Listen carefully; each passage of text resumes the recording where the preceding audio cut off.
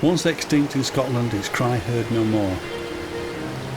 But in 1975 this eagle was reintroduced to the Isle of Rum, now with the most population on Mull, attracting visitors by the thousands to see this magnificent bird.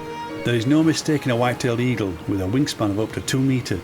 Some say it looks like a flying bandor.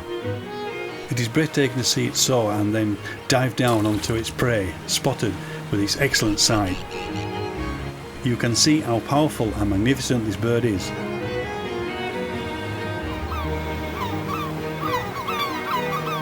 The white-tailed eagle is the largest bird of prey in the United Kingdom.